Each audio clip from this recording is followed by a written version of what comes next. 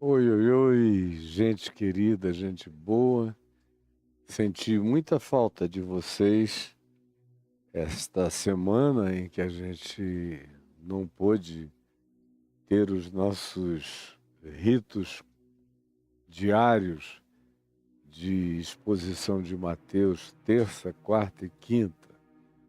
Mas graças a Deus deu ainda para nesta quinta-feira a gente se encontrar e eu dar continuidade ao que eu venho falando em Mateus 13. Hoje a nossa ênfase recai na parábola da pérola de grande valor, nos versos 45 e 46. É bom lembrar, rememorar de onde a gente está vindo. Então, nós começamos com a parábola do semeador, que, como vimos, tem a sua ênfase na resposta humana à semente, ao sêmen do Evangelho, da palavra divina implantada em nós e as reações. Uns marginalizam, outros se alegram de início, mas não têm disposição de deixar a palavra do reino criar raízes e penetrar no coração. E outros tentam criar uma conciliação entre o Evangelho do Reino de Deus e as demais filosofias, modus operandi, práticas diversas, antagônicas ao espírito simples do Evangelho de Jesus, e a tentativa de criar uma conciliação Evangelho plus o resto do que eu gosto, igual à minha vida. Jesus diz que essa equação termina em sufocação. Sufoca o Evangelho, sufoca a alma, o fruto do Evangelho morre, não vai a lugar nenhum. É o terceiro caso. Por último, a gente tem aqueles que colocam no centro do ser, aqueles que limpam a pedregosidade manifesta no coração, e aqueles que sabem que o Evangelho tem que ser absoluto e não um dentre aqueles outros elementos que eu julgue alternativos e que carregam sutis ou explícitas ou peremptórias dissonâncias com o espírito do Evangelho, que é o que a gente mais vê hoje. O cara vai lá, fala de Jesus e tudo, e depois anuncia as maiores barbaridades desse mundo também em nome de Jesus. É uma semente que caiu entre espinhos, e a pessoa quer conciliar tudo com tudo e ser o rei das suas autodeterminações, e termina que perde o reino dos céus no coração. E aí a gente passou pela parábola do grão de mostarda, cuja ênfase é em como o reino dos céus não dá importância às quantidades, à quantitatividade, mas que a grande ênfase do reino dos céus é na qualidade, na qualificação, no que é verdadeiro ou não é verdadeiro, sem jaça e sem poluição. E começa pequenininho, como uma semente de mostarda negra, e cresce a 1 metro, 1 metro e meio, e ela é forte a ponto de esparramar seus entes capilares, os seus ramos, e algumas aves pequenas dos céus conseguem se abrigar e fazer ninho nisto. E Jesus disse: ó, não se impressionem, o reino dos céus é irrisório. Quem olha de longe com olhos de desprezo ou desatentos ou toscos não enxerga nada, diz que você não faz nada, está perdendo o seu tempo, ao invés de estar fazendo coisas mais relevantes. Mas espere, A natureza do reino vai se manifestar e ele não precisa de grandiosidades. Ele precisa ser estruturado na natureza dele, o bastante na vida para acolher quem precisa, para servir de ninho para quem precisa de pouso, servir de sombra para quem precisa de agasalho e refresco, servir de graça para todos esses que andam cansados e sobrecarregados e que buscam alívio. Aí a gente, da parábola do grão de mostarda, a gente entra na pervasividade do reino dos céus ou do reino de Deus, que é como aquele fermento que vai penetrando tudo. A ênfase, de novo, começa pequeno. São medidas, 3 medidas Jesus usou aqui, que uma mulher, na imagem que ele criou, jogou no bolo, na massa, até que ela foi crescendo, crescendo, crescendo. E o reino de Deus tem essa descrição. Ele não precisa de histeria, histrionismos, gritaria, doideira, loucura, publicidades mentirosas, fake news, espalha-fatos ou qualquer outra coisa. Ele tem o poder dele. E quando a gente crê nesse poder, ele se manifesta na pervasividade dele. Quando se percebe, ele já entrou aonde ninguém imaginava, ele já atingiu o que ninguém esperava, ele já se capilarizou para dentro do que ninguém podia imaginar. Ele deu bendita metástase de graça salvadora no coração, na vida e nas extensões que a gente jamais pensou que ele iria de fato penetrar e alcançar. E aí, quando a gente veio de lá, quando nós falamos dessas primeiras parábolas, a gente passou, já tínhamos deixado o joio e o trigo, que eu disse que era um parêntese importante. Aí eu expliquei para você por que Jesus só falava em parábolas, conforme dizem os versos 34 e 35. E aí, no nosso último encontro, que foi o da sexta-feira ou quinta-feira passada, eu falei sobre o fato ensinado por Jesus no verso 44, que o reino dos céus é semelhante a um tesouro oculto no campo, escondido no campo. Ninguém sabia que estava ali. E todo mundo passava por cima e não via nada. Quem chegasse e avaliasse o lugar não iria incluir o valor do tesouro na avaliação, porque o tesouro era invisível aos olhos. Até que alguém passa por ali um dia, tropeça em alguma coisa, numa pedra, acha estranho, resolve escavar.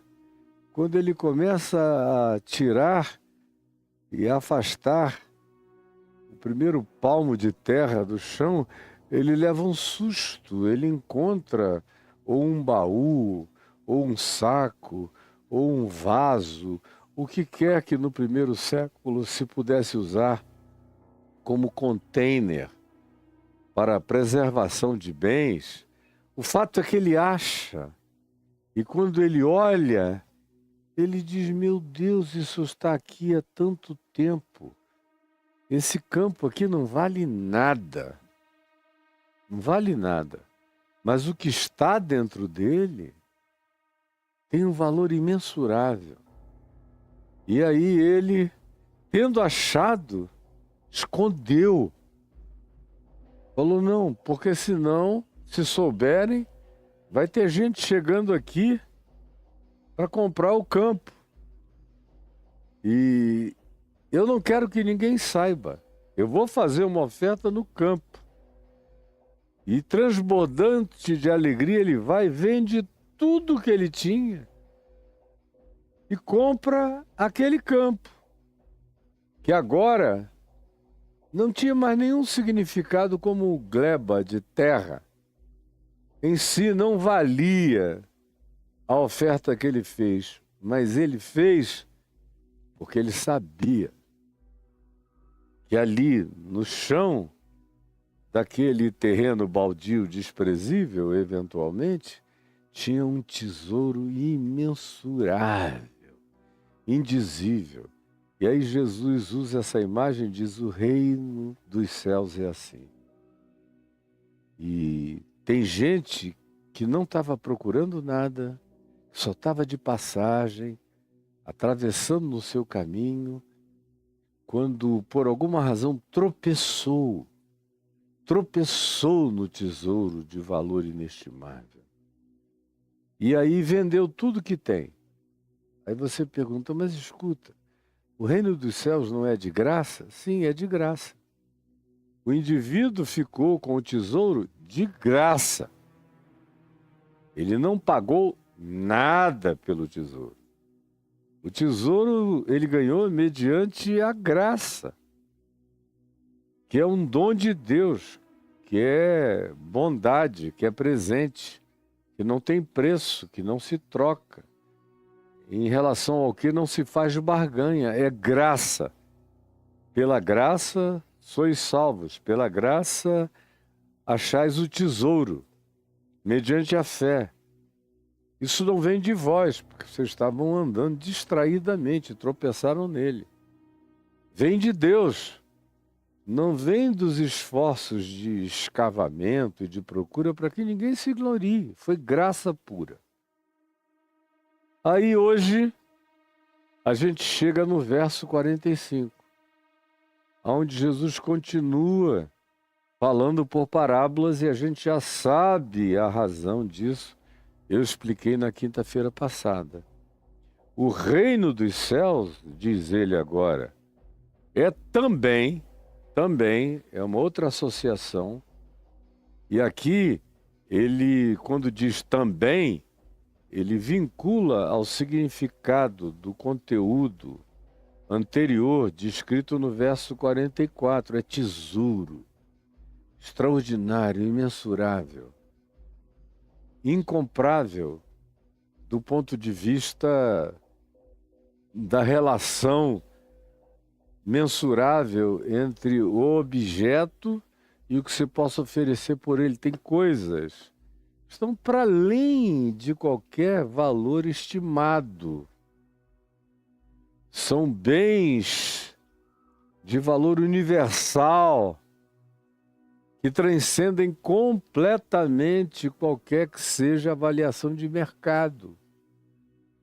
Não podem nem ser colocados para qualquer termo de comparação com a finalidade de se aferir valorizações, porque não há valor estimado para algo que está para além de todos os mercados, de todos os negócios, de todas as comparações, que é absolutamente singular naquilo que carrega e no imantamento de valor, de significado, de importância que desde a origem adquiriu. Então, o reino dos céus tem essa dimensão, conforme o verso 45, quando Jesus diz: o reino dos céus é também semelhante a um ser humano que negocia e procura boas pérolas. A diferença entre o primeiro caso e o segundo caso é que, no primeiro caso, o indivíduo era totalmente inconsciente. Ele só ia passando por ali e tropeçou. Foi, vendeu tudo que tem, comprou o campo. O tesouro é de graça. Saiu de graça, é graça. O reino dos céus não tem preço, é graça. Agora, pagar pelo campo, frequentemente a gente paga. Eu, por exemplo, quando me converti, foi uma experiência com o valor do reino dos céus. Tomou conta de mim para todo lado. Tomou conta. E eu fiquei cheio de alegria. Uma alegria que me habita até o dia de hoje. Faz 51 anos eu estou aqui ainda tomado pela mesma paixão, pelo mesmo privilégio, pelo mesmo gozo espiritual, pela mesma alegria indizível, praticamente incompartilhável de tão linda que ela é.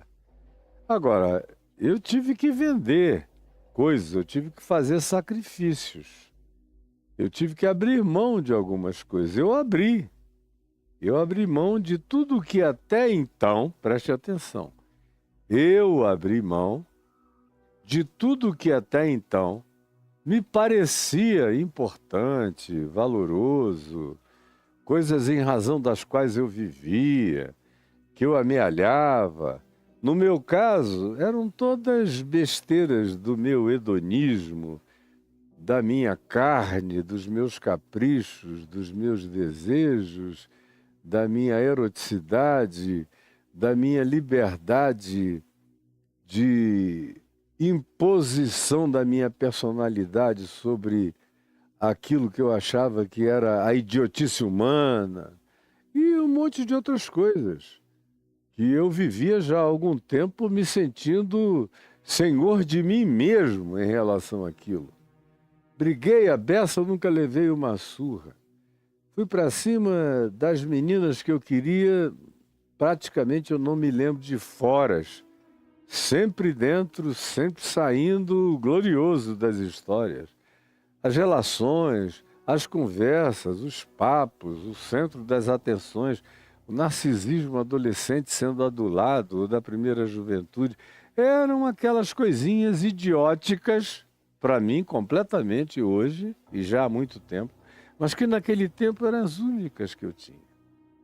Quando, todavia, eu vi o tesouro, eu olhei para o tesouro, falei, não, meu Deus, o que é? É para abandonar esse negócio todo aqui, cujo valor é o desvalor e que só tem valor pela falta de importâncias e de significados existenciais da minha alma, do meu ser, só tem valor por causa da minha vaidade. Então, isso aqui eu abro mão agora, jogo fora aonde for, largo na mesma hora, porque eu não tenho comparação que eu encontrei. Eu encontrei a graça, eu encontrei a vida. Eu encontrei um tesouro eterno. Meu, que vai me habitar. E eu não tenho negócios a fazer, nem referências a comparar. Tudo mais é idiotice. Foi o que eu fiz. E é como eu vivo. E o tesouro é meu. E me encheu de alegria todos os dias da minha vida. Me trouxe da juventude com essa alegria do tesouro até que eu, como um homem velho e idoso, mantenho, sem tergiversação, até o dia de hoje, a mesma alegria, estonteantemente indescritível dentro do meu coração.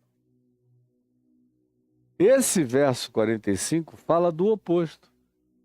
A palavra que enfatiza a diferença em relação ao caso descrito do tesouro achado no campo pelo homem que não procurava, que tropeçou nele, que vendeu tudo, foi lá e comprou o tesouro, comprou o campo e recebeu o tesouro de graça. Eu fiz lá os meus sacrifícios, eu vendi os meus campos e tolerei muita coisa, como por exemplo, desde o início, que eu dizia para o meu pai, olha, o reino dos céus é tudo para mim e será tudo para mim até o último dia da minha vida e eternamente. Agora, eu tenho algumas dificuldades, além daquelas que eu já disse várias vezes, que eu mencionei a ele sobre pulsões carnais, mulherada, não sei o que e tal, e orgulho de enfrentamentos e não levar desaforo para casa, todas essas bobagens que morreram, Mas eu tinha uma coisa que eu mencionava só com meu pai. Eu dizia, um dos grandes problemas e dos grandes sacrifícios para mim, para continuar com esse tesouro dentro de mim, é acolher a igreja como instituição. Porque eu acho ela muito esquisita, pai. Eu acho ela muito estranha. Para mim, todas elas têm cara de seita. Tudo que eu entendi, aprendi, discerni sobre seita, se aplica a praticamente todas elas têm um espíritozinho de seita. E eu não tenho uma gota de seita em mim, então isso é a parte que eu considero mais trabalhosa. E acabou que no fim de tudo eu me tornei presidente do conjunto das seitas evangélicas do Brasil, presidente da Associação Evangélica Brasileira. E era um preço horroroso aguentar aquilo ali. A tal ponto que o meu odre não aguentou e estourou. O vinho novo não cabia naquele odre velho, arrebentou depois de décadas e eu disse... Vão falar todos os males a meu respeito, mas só Deus sabe a renovação de alegria, de jovialidade, de princípio que aconteceu no meu coração, como se tivesse acontecido tudo de novo, como quando começou no dia 18 de julho de 1973. Parece que eu fiz um resetting para aquele início e cada vez aquilo só se expande mais, se qualifica muito mais e me alegra infinitamente mais. E eu não tenho nenhum arrependimento de estar aqui, com a liberdade que eu tenho, compartilhando com você, com quem queira, o Evangelho do Reino dos Céus, o Evangelho do Reino de Deus. Já no verso 45, como eu disse, a situação é diferente. Essa pessoa aqui procurava. O reino dos céus é também semelhante a um ser humano que negocia e procura. Procura boas pérolas, procura tesouros. Eu conheço muita gente, a grande maioria dos que eu vi encontrarem o reino dos céus tropeçaram nele. Como diz o profeta no Velho Testamento, e Paulo repete, escrevendo aos Romanos, eu fui achado por aqueles que não procuravam por mim. Eu fui achado por aqueles que não procuravam por mim. É esse caso aqui do verso 44. Aconteceu porque eu tropecei na graça e ela me acolheu. Mas aqui se define, nos versos 45 e 46, uma outra natureza humana que eu também conheço, em menor quantidade, mas presente. Eu recebo a minha vida inteira pessoas que já vêm de grandes buscas, como é o seu caso. Eventualmente você que está aqui comigo, vem procurando essa pérola de grande valor, em muitos lugares há muito tempo. E eu encontro pessoas que já procuraram em todos os lugares, já fizeram todas as viagens, já se tornaram estudiosos de todas as religiões, de todas as filosofias, já se engajaram em seitas, já leram todos os livros sagrados dos povos, já buscaram em todos os cantos possíveis, já sentaram aos pés de mentores, de gurus, de ensinadores variados, de pessoas que dizem, eu sou aquele que vou deslacrar você, que vou te dar o código. Agora, paga aqui, paga ali, paga acolá, gasta muito porque você não está gastando nada ainda. O que eu vou te dar é enorme. Vocês conhecem essa história o tempo todo. Não sejam inocentes porque é patético, no caso de vocês, pretenderem sê-lo. Não são. O reino dos céus é também semelhante a um ser humano que negocia, que vai e compara uma coisa com a outra, Deixa eu ver qual a relação comparativa. Aí ele compara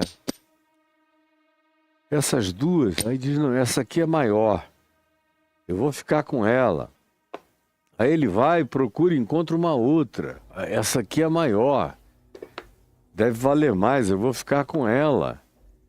Aí ele vai e encontra algo que ele diz, agora eu achei o meu santo grau. Aí ele larga tudo e faz negócio com isso aqui. E continua buscando, porque logo depois ele vê que aquilo não é o que ele pensava, não o planifica, não o enche, não o satisfaz, não o felicita, não produz vida abundante, não o pacifica, não dá a ele a alegria de ter sido invadido pelas dimensões da eternidade no coração. Aí ele vai à procura de mais. Tem mais troca. Tem esse aqui, que parece até o Moa Moa, esse astro que está atravessando a uma velocidade absurda o nosso sistema solar, um ente intergaláctico que foi detectado pelos nossos astrônomos. Isso deve ser feito de um material raríssimo. Se eu puder ter acesso a ele, vai valer mais do que tudo. Mas depois vem a descobrir que não era bem assim. E que não tem esse valor eterno. Só tem uma impressão chocante, mas não passa disso. E aí, o que acontece geralmente no coração dessas pessoas é uma profunda frustração. Vão buscando, vão trocando, abraçam doutrinas novas. Meu Deus, eu conheço pessoas. Vocês não vão acreditar a viagem de meticulosidade, de busca filosófica, religiosa, doutrinária. Elas praticamente embarcam em tudo. E hoje em dia, com a internet, multiplicando milhares de informações truncadas, torcidas, algumas mentirosas, outras inventadas, algumas outras não. Elas têm um pequeno fundamento de verdade informativa, mas cercada por uma quantidade enorme de engano. Aí você que tem de orelhada um conhecimento parco, identificou aquele elemento mínimo de verdade, aí compra o pacote inteiro, leva o negócio todo para casa. Por causa de uma pequena identificação, você leva o pacotão das mentiras e começa a servir a isso. E eu vejo todo dia, o cara fala uma frase que parece que vai dizer uma coisa real, mas o que vem depois, ele mistura. Quem criou os humanos foram os Anunnakis. Deus não existe por causa dos Anunnakis. Deus não existe por causa disso e daquilo. Aí eles vão, e eles são tão idióticos que pode haver Anunnaki, Nefilim, pode haver o que você quiser, alienígenas de todas as naturezas, podem visitar os humanos, podem ter se hibridizado com os humanos. Isso não resolve Deus como problema. Esses aí são apenas criaturas ainda. Continuam a ser criaturas. Você só afastou o negócio dos humanos criados para um outro ser que supostamente fez uma intervenção, hibridização e tudo, mas continua a ser uma criatura. Não é um Deus. Só foi chamado por Deus pelos idióticos seres humanos, na sua burrice transcósmica, mas não são deuses. Eles chamaram para si o papel de deuses e, de maneira satânica, induziram os outros a adorá-los. E é daí que vem toda a calamidade humana pela qual veio o dilúvio e esse resetting que colocou outra vez a humanidade numa experiência de 4.500 anos para cá. Porque o dilúvio fez isso. Mas você vai pegando tudo. Alguns fazem isso porque são filhos de uma curiosidade horrorosa. Qualquer coisa que eles não conheçam, eles abraçam. Está lotado. É a grande maioria. Mas tem outros que não, que sinceramente estão procurando. São apenas muito apressados, mas sinceramente estão procurando. Aí quando eu vejo o currículo vitae dessas pessoas em relação a essas variadas buscas de tesouros e pérolas espirituais, é impressionante. O cara tem 50 anos de vida, 45 anos de vida, 40 anos, eu já vi até alguns bem novinhos, com 20 e poucos anos de vida, que fizeram uma viagem, se meteram em todos os buracos, em todos os becos, procuraram em todas as vielas, foram aonde quer que se tenha dito, ali está o tesouro, lá foram eles. Eles querem. E eles têm uma pulsão de negociação, de troca. No dia que eu encontrar algo melhor do que isso aqui, eu largo isso aqui, pego a outra coisa, e pego a outra coisa. E eles vão, e eles vão, e eles vão, e só vão se frustrando, buscando, cansados. Depois de muito tempo, tem alguns que se tornam até ateus, que dizem, não, já busquei em tudo, é tudo igual, a mesma coisa, não preenche, não satisfaz. E não satisfaz mesmo. Mesmo aqueles que dizem, olha, Caio, eu inclusive me engajei no cristianismo, me tornei seminarista católico, me tornei seminarista evangélico, fiz cursos, fui a congressos, não achei nada. Digo, também pudera, não tem nada para achar, meu filho. Só tem o que te possa fazer perder-se, mas não achar a pérola de grande valor. Isso tudo aí é obra de camelô, tentando pegar gemas falsas, oferecendo a vocês como pérolas de grande valor, e na falta de sabedoria, de entendimento, de discernimento, ou mesmo da burrice crônica, na cognitividade que foi ficando atrofiada e limitada por uma busca que deixou a sua mente toda partida, como se fosse um patchwork, com os fragmentos não costurados, tudo desamarrado, aquela confusão. Eu olho para a mente de algumas pessoas e digo, meu Deus, como é que a pessoa consegue existir com tantos fragmentos mentais que não falam um com o outro? No entanto, são pessoas que estão buscando. É desse tipo de gente que Jesus está falando. No primeiro caso, é aquele encontro inconsciente com o reino dos céus, que é o da maioria. Não estava querendo nada e a graça o achou, ele tropeçou. Mas esses aqui são os aplicados, são os mestres, são os filósofos, são os procuradores. Eu recebo encontro e visitas de pessoas que me dizem, o senhor não vai acreditar de onde eu estou vindo. Aí, quando o cara me narra só 10 pontos de busca, é pouco. Tem uns que falam de 30, de 40. Eu digo, meu Deus, como é que você teve vida e persistência para entrar em tantas covas escuras buscando o tesouro de grande valor, sem achar jamais, nessa avidez religiosa que só produz incompletude. Aí, nesse caso, é diferente. É um ser humano com uma busca consciente, querendo, eu vou achar. Antes de morrer eu vou encontrar. Aí encontra, sabe por quê? Porque Jesus disse que todo aquele que busca, encontra. Você pode repetir isso comigo? Todo aquele que busca, encontra. Todo aquele que busca, encontra.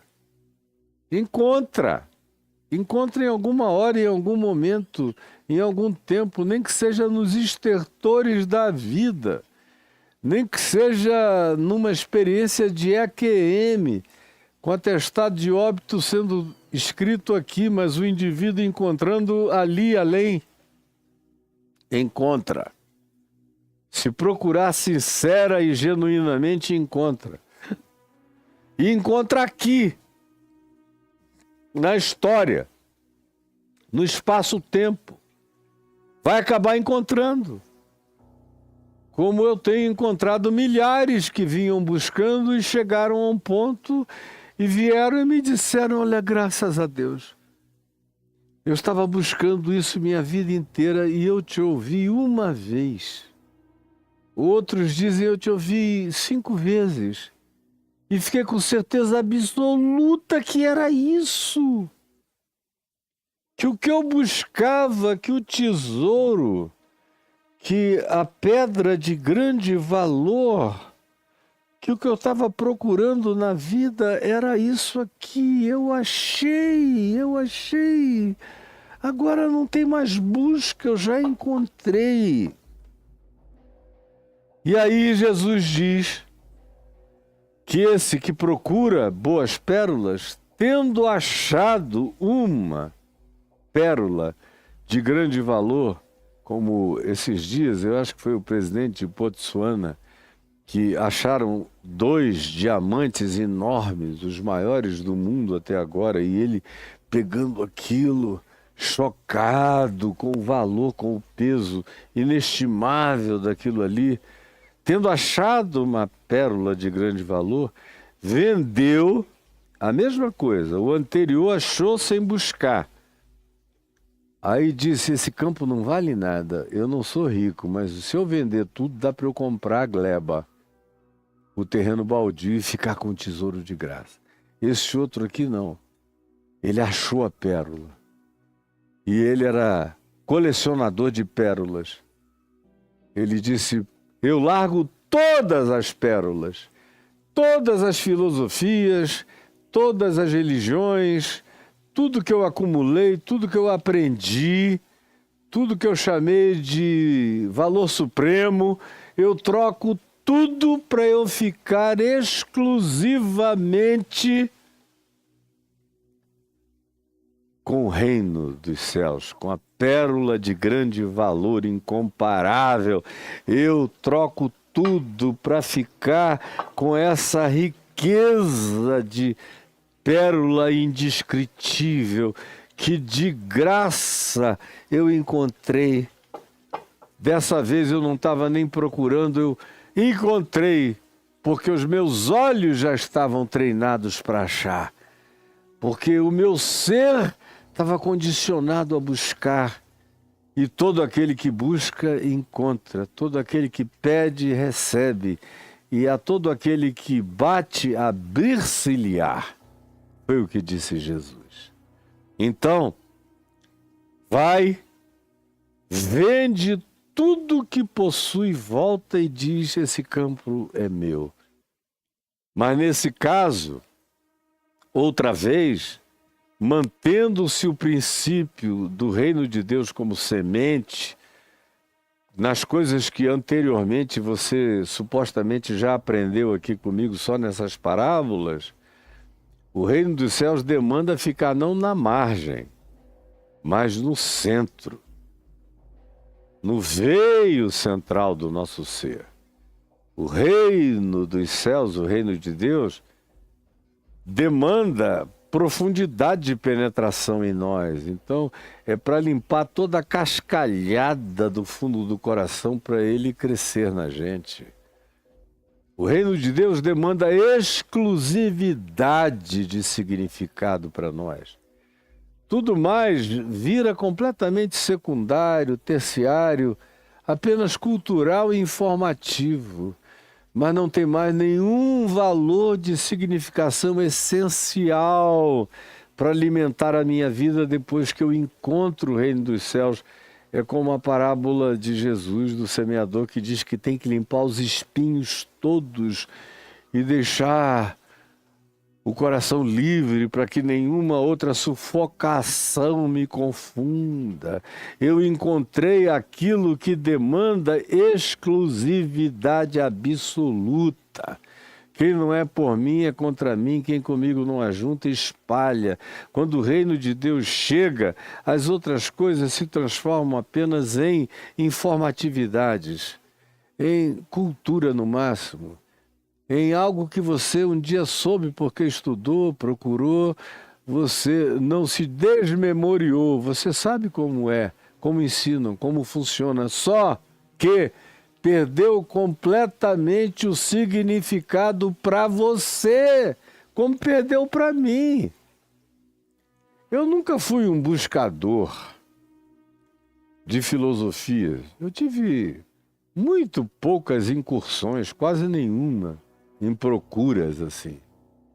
Eu gostei um tempo de Lobsang Rampa, Hermann Hesse, que é um cara que diz coisas muito interessantes, se tornou uma quase bíblia num certo momento da minha vida. Khalil Gibran Khalil se tornou também uma pessoa que eu gostava de repetir umas frasezinhas bonitinhas e poéticas dele, especialmente as meninas se deixavam cantar. É muito mais fácil quando você chegava com uma coisa supostamente mais elevada e sedutora. E coisas pequenas, mas eu nunca me dediquei. Eu nunca coloquei a minha fé. Eram apenas instrumentos de manipulação que eu usava, mas eu não fui desses. Eu estou mais identificado com esse cara que ia andando pelo campo, se atropelando todo e caiu em cima do tesouro. Foi, vendeu tudo que tinha, abandonou toda a loucura e comprou o campo e ficou com o tesouro de graça. Esse sou eu, muito mais do que qualquer coisa.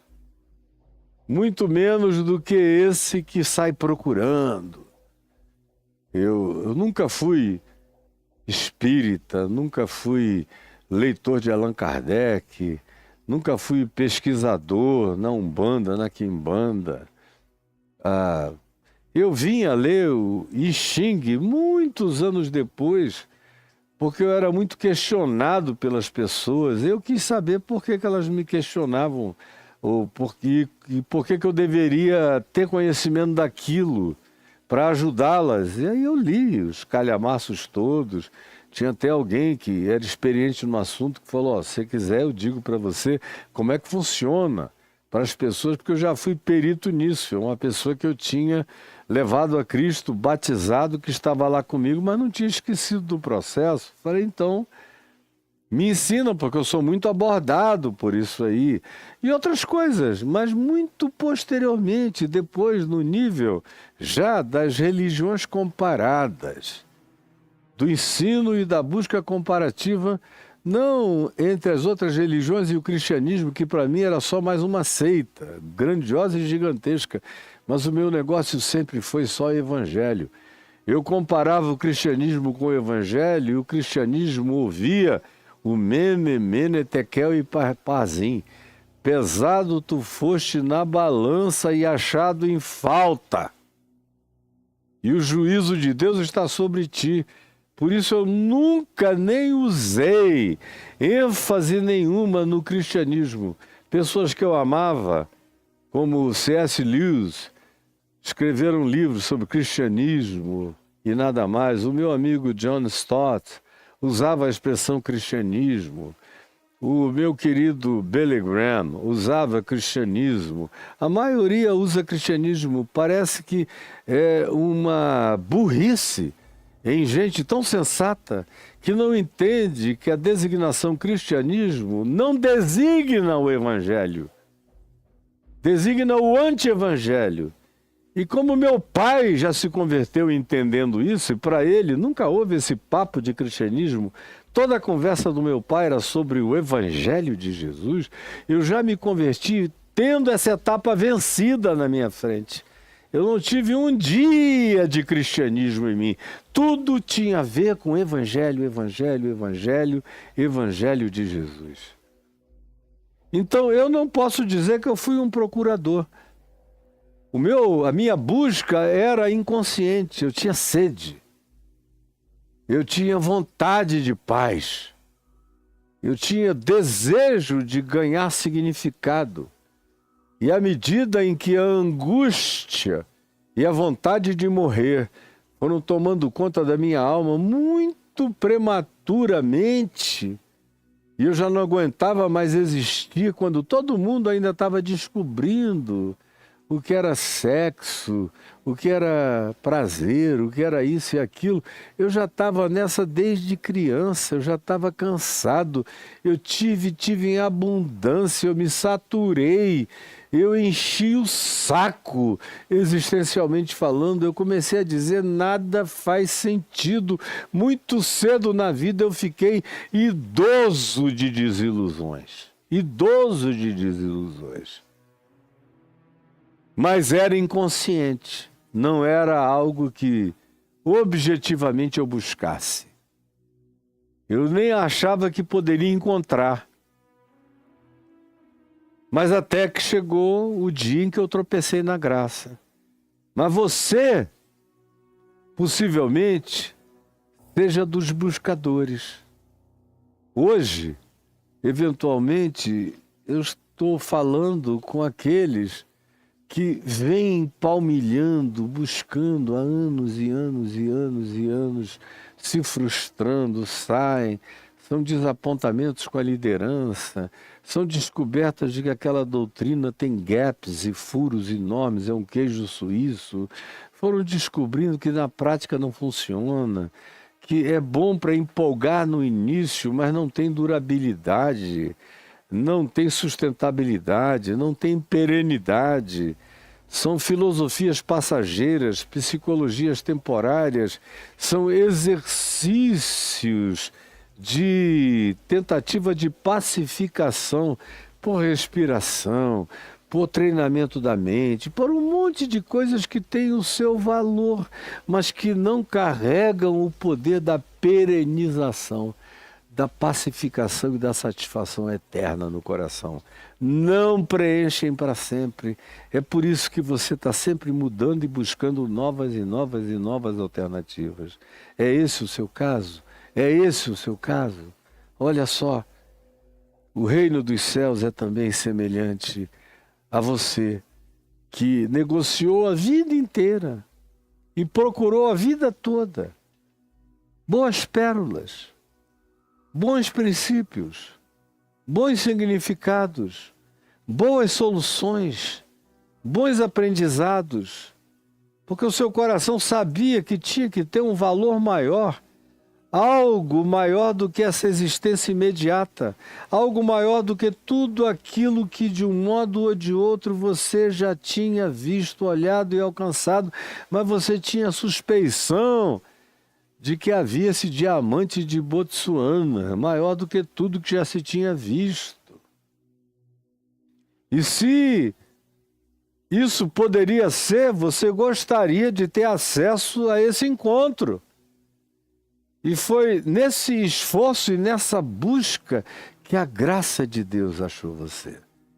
Porque também é graça. Se não fosse graça, preste atenção aqui em mim, você iria buscar até morrer. E nesta terra você não iria encontrar. Como eu disse, quem sabe a misericórdia de Deus, quando você fosse dado como morto, naqueles 6 minutos de experiência posterior à morte, quando a vida da gente passa com todos os impactos emocionais, sem censuras psicológicas, sem o limite do espaço-tempo, onde o que você viveu durante anos cabe numa cápsula indizível de experiências emocionais, espirituais, existenciais, de uma gravidade mais poderosa do que aquela que você experimentou no espaço-tempo, quando viveu aquelas ocorrências, tudo aquilo volta, e aí de repente, sem a barreira, sem o véu, sem a limitação dos traumas, dos preconceitos, das religiões, das decepções, dos enganos, sem nada disso, porque tudo isso é removido para que você vire consciência pura,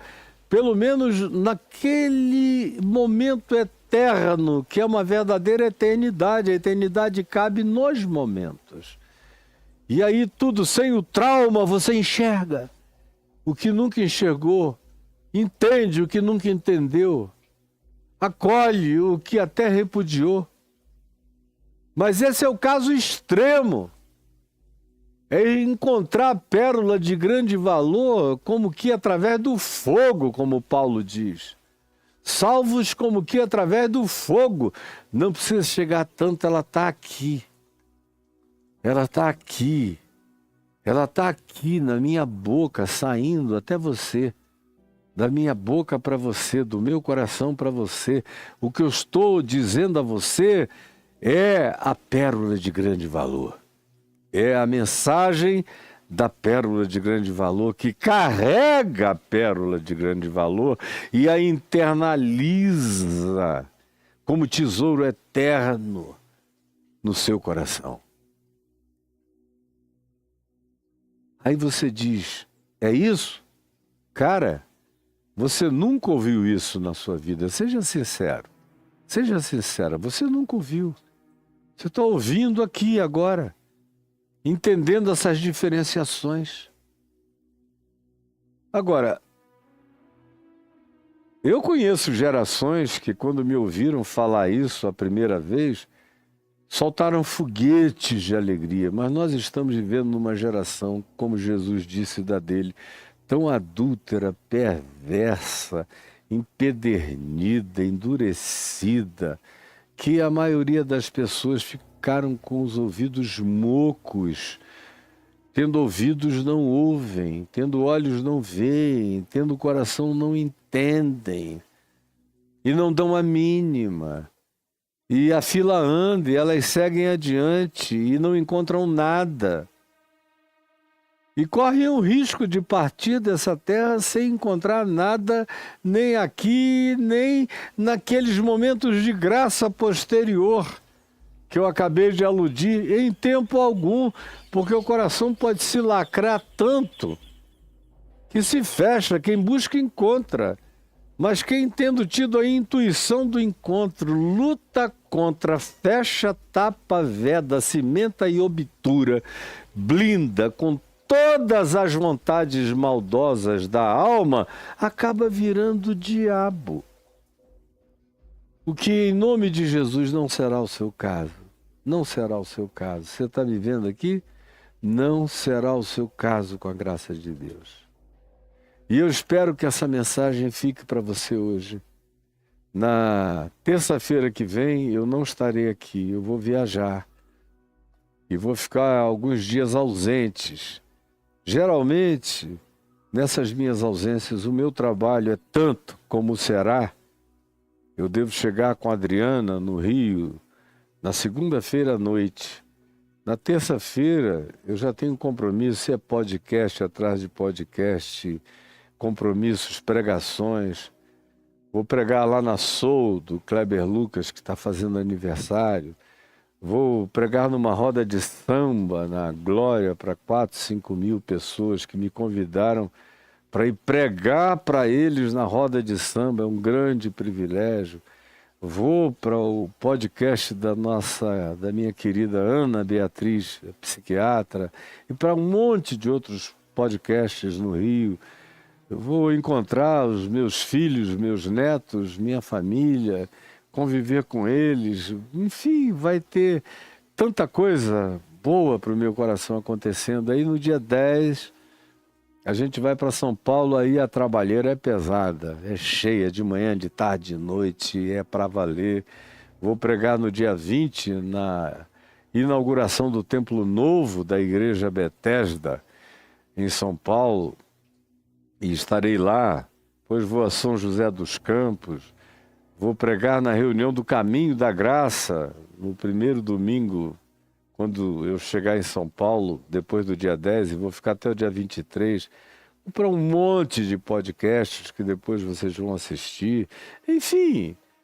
E aí vou voltar, que é quando eu vou poder continuar do verso 47 ao verso 50. E eu espero que você pegue aqui a minha plataforma prioritária, a minha plataforma onde eu peço para todo mundo assistir, onde tudo é mais completo, onde tudo é pleno. E eu peço que vocês vão para outra plataforma e está tudo gravado lá. Assistam, memorizem, entendam, compartilhem, Convidem outros para virem, para se inscreverem no canal, apertarem o sininho. E se você tem estado aqui, não se inscreveu, não apertou o sininho, faça isso agora. De lá, viajando, eu vou sempre estar com vocês nas plataformas de postagens mais curtas, mais rápidas. E quando eu voltar, a gente vai continuar, porque eu não vou parar. Mateus, a gente vai até o fim, com a graça de Deus. E amanhã eu não vou fazer porque é o meu dia de gravar o poder dos salmos. Os salmos sendo lidos, tendo Jesus como chave hermenêutica, como chave interpretativa. Amanhã é dia 2 salmos. E eu vou gravar para o curso Caio Fábio exclusivo. Logo, logo você vai ter acesso, eles estão ficando maravilhosos. São verdadeiras bombas de vida, explosão de vontade e poder, força e dunamis para viver, em nome de Jesus. Senhor Jesus, eu peço que essa palavra do reino dos céus, que essas parábolas de compreensão, de simplificação para a vida, para o entendimento, para a compreensão de qualquer um, dos inteligentíssimos e dos nem tanto, dos cultos e dos incultos, dos doutos e dos ignorantes, todavia alcance a vida de todas essas pessoinhas queridas que estão aqui com a gente agora, em teu nome, que o teu Espírito visite com força, poder, graça, e as raízes do reino dos céus penetrem o coração de cada um. É o que eu te imploro em teu nome, Jesus. Amém e amém.